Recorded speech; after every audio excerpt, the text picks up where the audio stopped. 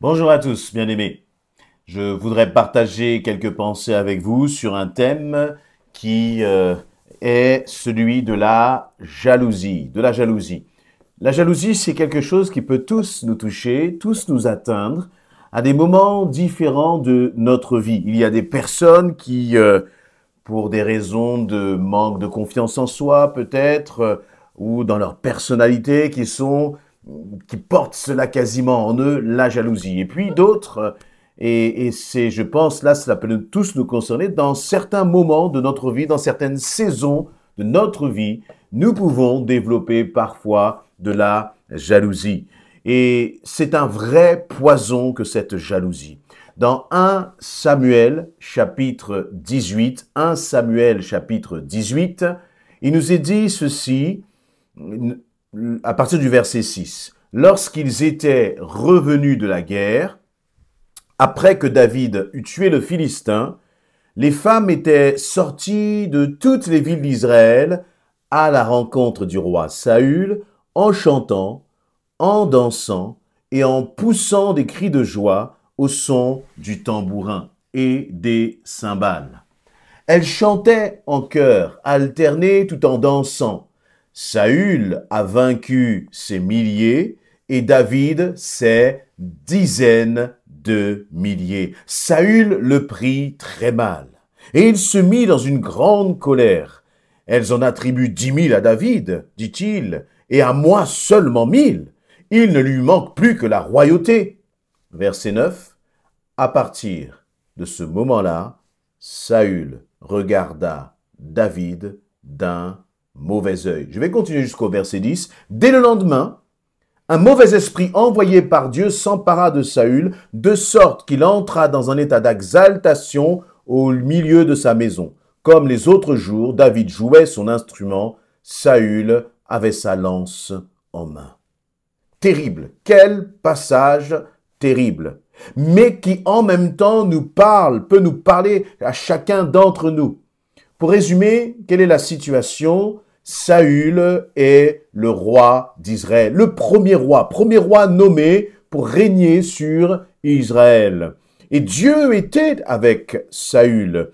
Et il y avait ce jeune David. Le Seigneur avait d'ailleurs déjà préparé David et quelques années plus tard, David va devenir roi. Mais on observe donc, et il revenait de batailles contre notamment là les Philistins, mais c'était à chaque fois la même chose contre toutes les batailles qu'il pouvait mener. Et puis, lorsqu'il revenait victorieux, lorsque le roi Saül revenait victorieux avec tous ses soldats, il entrait dans la ville et dans son entrée en ville, il y avait des acclamations.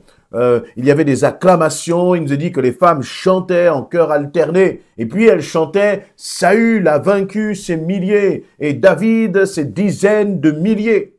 Mais au final, lorsque Saül avait vaincu 1000 personnes et que David en avait vaincu 10 000, la réalité, c'est qu'au total, Saül en avait vaincu des milliers, plus les dizaines de milliers de David, parce que David était un soldat dans l'armée de Saül. Donc, toutes les victoires de David bénéficiaient à Saül. Mais lorsque Saül entendait ces chants, qui justement racontaient d'ailleurs des vérités, David était accompagné par le Seigneur et très certainement qu'il avait beaucoup de succès lorsqu'il allait sur le champ de bataille. Et voyez, il nous est dit que là, Saül a commencé à regarder David d'un mauvais œil. Saül a commencé à développer de la jalousie à l'égard du succès de David. Et à tel point qu'il a laissé comme une faille, finalement, en lui, dans son cœur, dans ses pensées. Et cette faille a laissé la place à l'ennemi, a laissé la place au diable avec des pensées même de meurtre à l'égard de David.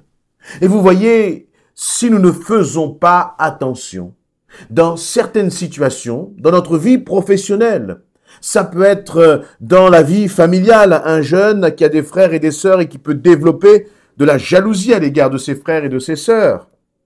Ça peut être dans le couple, dans les relations que nous pouvons avoir entre le mari et l'épouse. Ça peut être sur ton lieu de travail. Ça peut être même dans l'église. tu vois qu'il y a un ministère qui est en train de s'épanouir, un frère, une sœur qui est en train de grandir dans son ministère, là où le Seigneur le place. Ça peut être dans le ministère pastoral, ça peut être à la louange, ça peut être dans l'évangélisation, ça peut être un pasteur jaloux d'un autre pasteur dans la même église, ça peut être un pasteur ou une église qui est jalouse d'une autre église parce qu'il voit que l'autre église est en train de grandir. Mais au final, nous devrions plutôt apprendre à nous réjouir de la réussite des autres.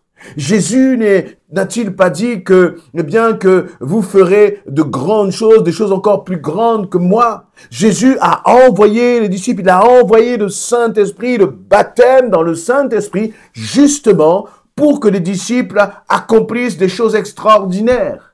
Lorsque Pierre a prêché, la première fois qu'il a prêché, baptisé du Saint-Esprit, 3000 âmes se sont données à Christ.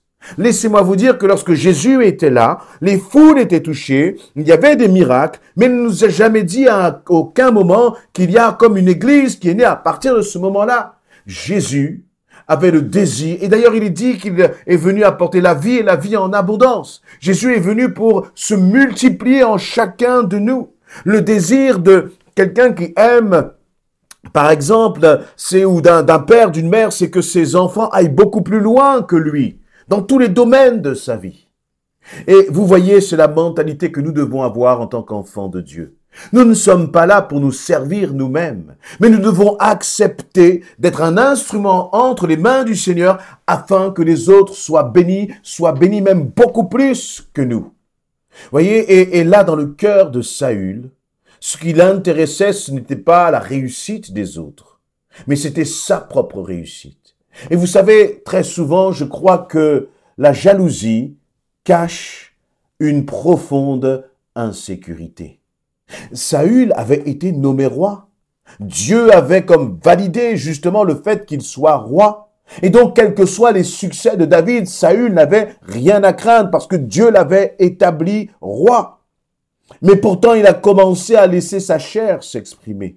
Il a commencé à laisser ses propres craintes, ses propres peurs qu'il a projetées sur David.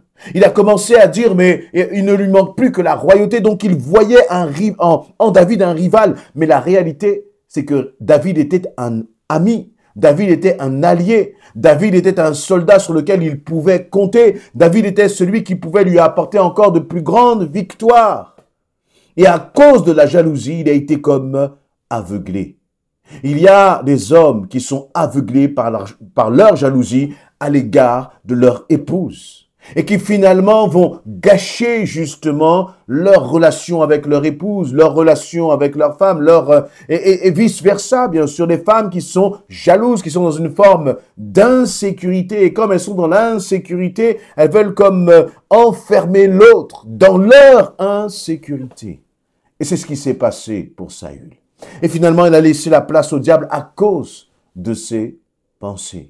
À tel point qu'il en est que tout le reste de sa vie, il n'avait qu'un objectif, il n'avait qu'une obsession, c'était d'attenter à la vie de David. Et toi, mon ami, sur ton lieu de travail, est-ce que tu sais te réjouir des réussites des autres? Ou au contraire, est-ce que tu es jaloux de ce que les autres réussissent? Est-ce que tu sais encourager la réussite des autres? Je crois même que nous devons apprendre à considérer que notre réussite passe par le bien-être des autres, dans l'Église surtout. Si il y a un frère, une sœur qui est épanouie dans son ministère, je dois me réjouir de cela, parce que finalement tout est fait pour le même royaume, pour le royaume de Dieu. Si dans l'église, je vais parler à titre personnel, il y a des pasteurs qui se lèvent dans notre église, l'église essentielle, eh bien je me réjouis de cela, je me réjouis de voir le Seigneur qui envoie des disciples, qui nous permet à chacun d'être nous d'être des instruments pour que les autres puissent progresser, pour que les autres puissent avancer, pour que les autres puissent expérimenter la gloire de Dieu dans leur existence. Et c'est cela qui doit faire notre joie.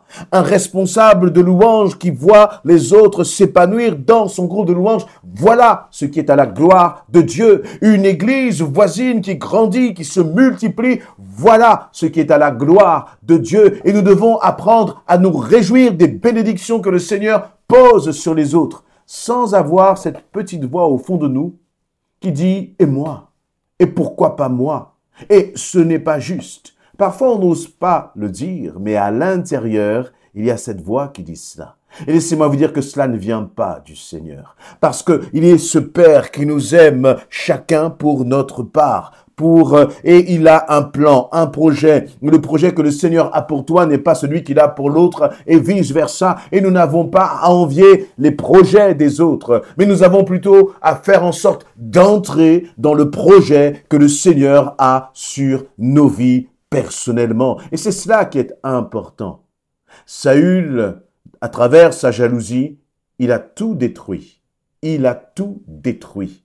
À travers sa jalousie, il a perdu justement sa royauté. Ce n'est pas David qui a ôté la royauté à Saül, mais c'est Saül qui, à cause de sa jalousie, s'est retiré sa propre royauté. Combien de bénédictions tu peux perdre si tu ne prends pas conscience qu'il faut sortir de cette mentalité de jalousie et plutôt apprendre à te réjouir de la réussite des autres.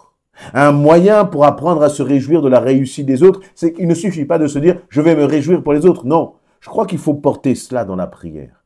Imaginez une seconde que Saül ait commencé à prier pour David. Imaginez que Saül ait commencé à dire « Seigneur, je te prie pour David, je te bénis pour ce soldat, que tu puisses l'emmener encore beaucoup plus loin ». Qu'aurait fait l'Éternel? L'Éternel aurait béni David et je crois qu'il aurait béni Saül au centuple. Et je crois que c'est ce que le Seigneur attend de nous. Prie pour ton épouse si tu as des sentiments de jalousie. Prie pour sa réussite, son épanouissement. Vis-à-vis, ça peut être dans une fratrie, des frères entre frères et sœurs, dans une même famille, par rapport à tes collègues de travail.